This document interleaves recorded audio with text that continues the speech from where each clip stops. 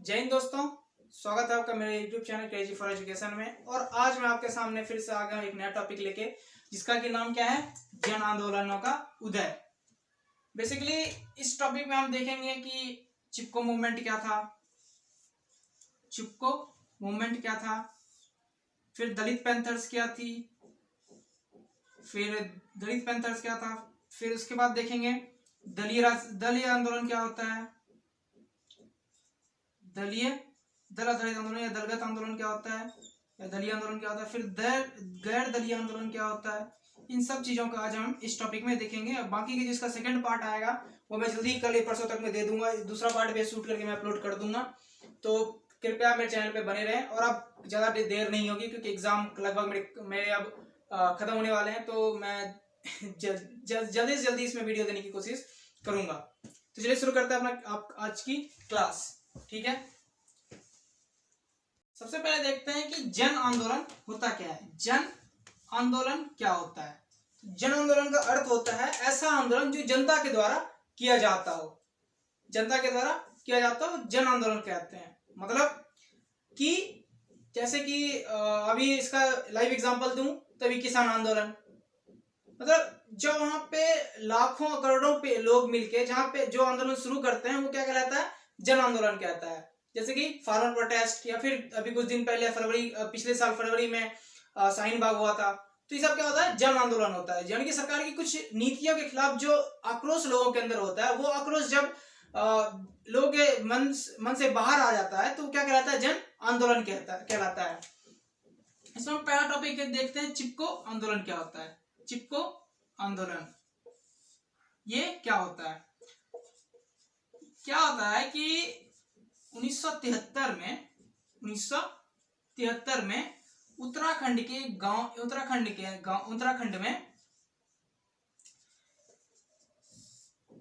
में दो तीन गांव के लोग मिलके ना, एक मतलब जो पेड़ होता है, पेड़ उसको पकड़ के वहां पे खड़े हो जाते हैं।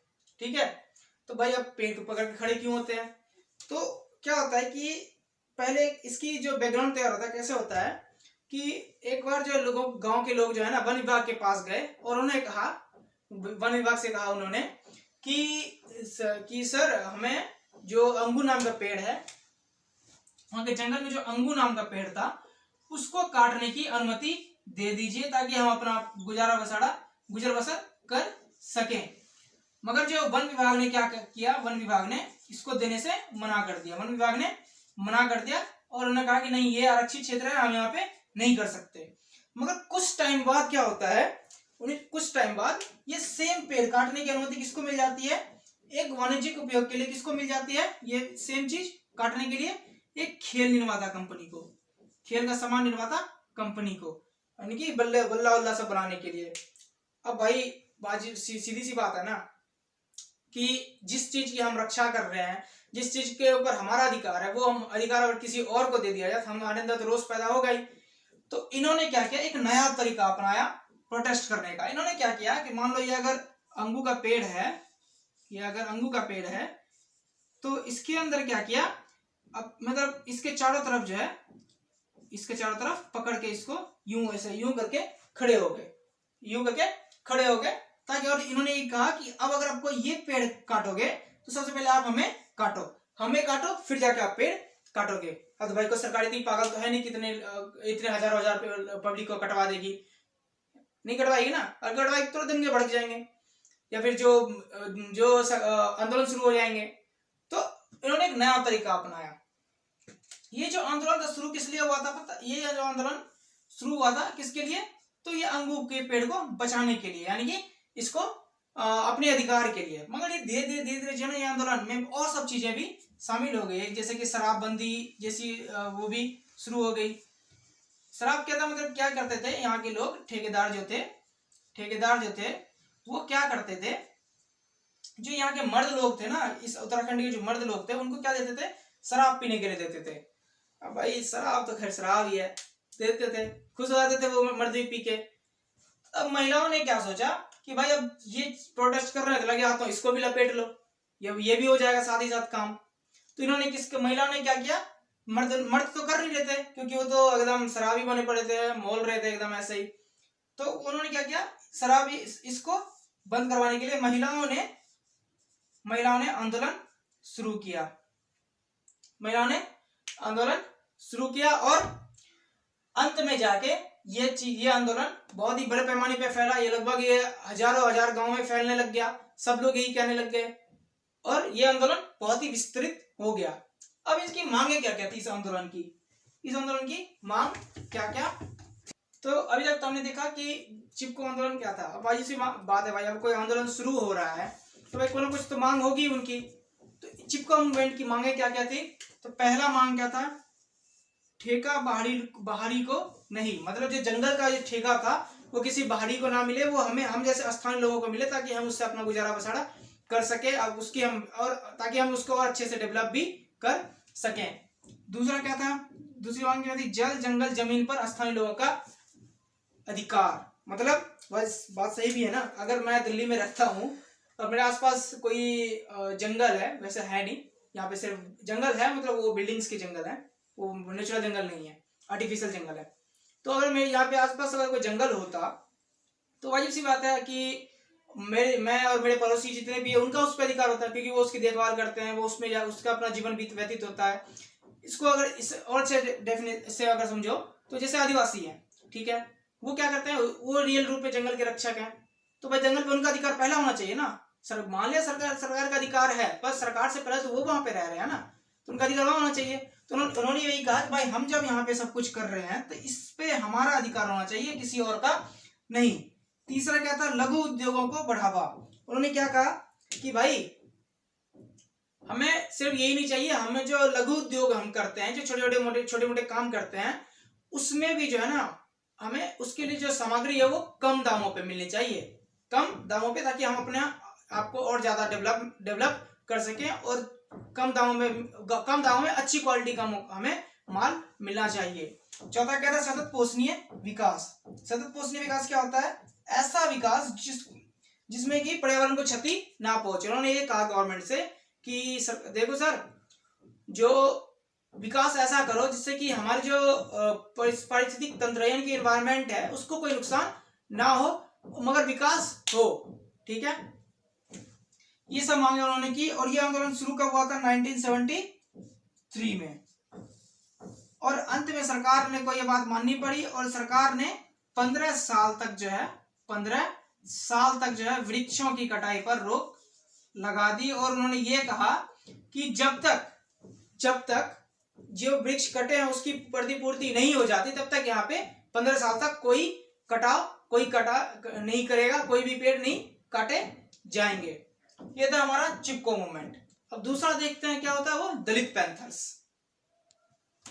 अभी तक तो हुई चिपको मूवमेंट के बात, अब थोड़ा सा इसको हटते हैं और चलते हैं थोड़ा सा अलग टाइप के मूवमेंट पे। मतलब दलित पैंथर्स ये क्या था, बेसिकली 1972 के में महाराष्ट्र के अंदर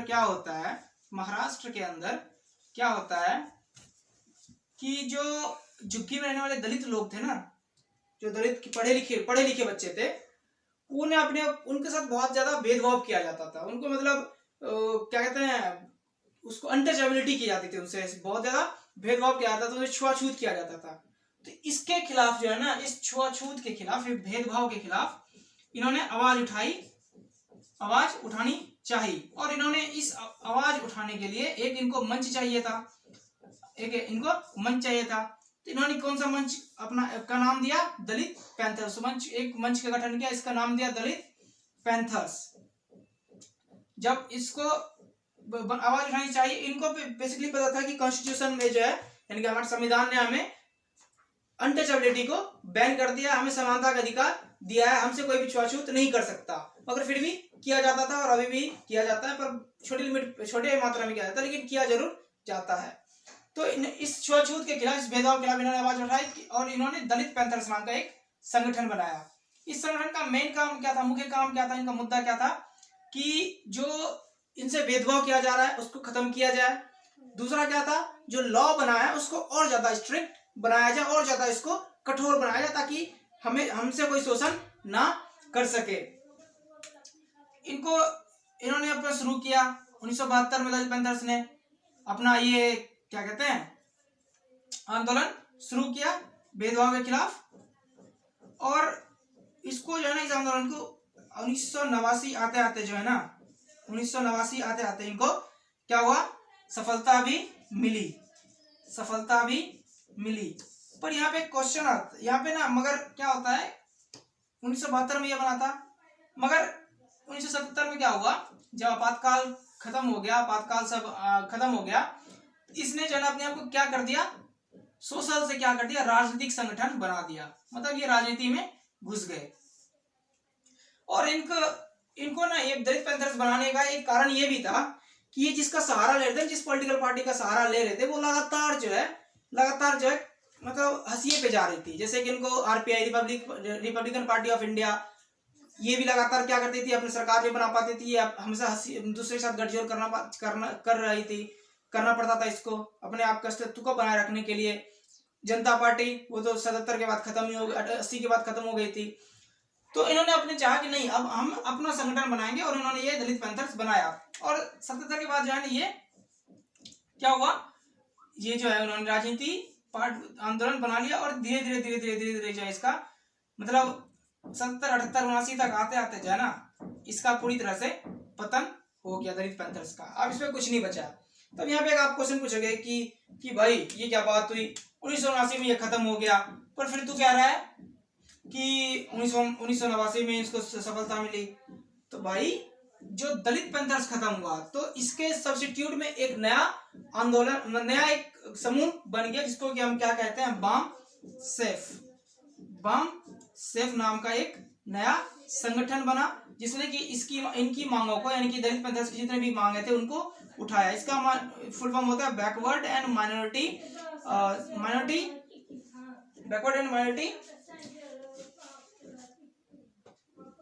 क्या होता है बैकवर्ड एंड माइनॉरिटी, क्या था, backward and minority employees federation नाम की इन्होंने एक संस्था बनाई। Backward and minority employees federation नाम की एक इन्होंने संगठन बनाया। और इस संगठन के सहारे ही 1989 में जो है इसको क्या मिली, सफलता मिली। एक उसको और अच्छे से नया कानून, एक उसको और अच्छे से, जो पुराना कानून था उसको सुप्रीम कोर्ट ने अच्छे से क्या किया, एक और स्ट्रॉन्ग बनाया, और ज्यादा रिजिड बना दिया, उसको रिजिड बना दिया, ताकि इस पे जो है लोगों को भरोसा बना रहे, इसका किसी के भी साथ इससे भेदभाव ना हो। यहाँ पे 2 टर्म्स आते हैं, यहाँ जो 2 टर्म आता है कि जन आंदोलन होता है ना, वो 2 तरह के होते हैं। जन आंदोलन जो होते हैं वो 2 तरह के होते हैं। एक होता है दल आधारित आंदोलन, और होता है दूसरा गैर दल आधारित आंदोलन।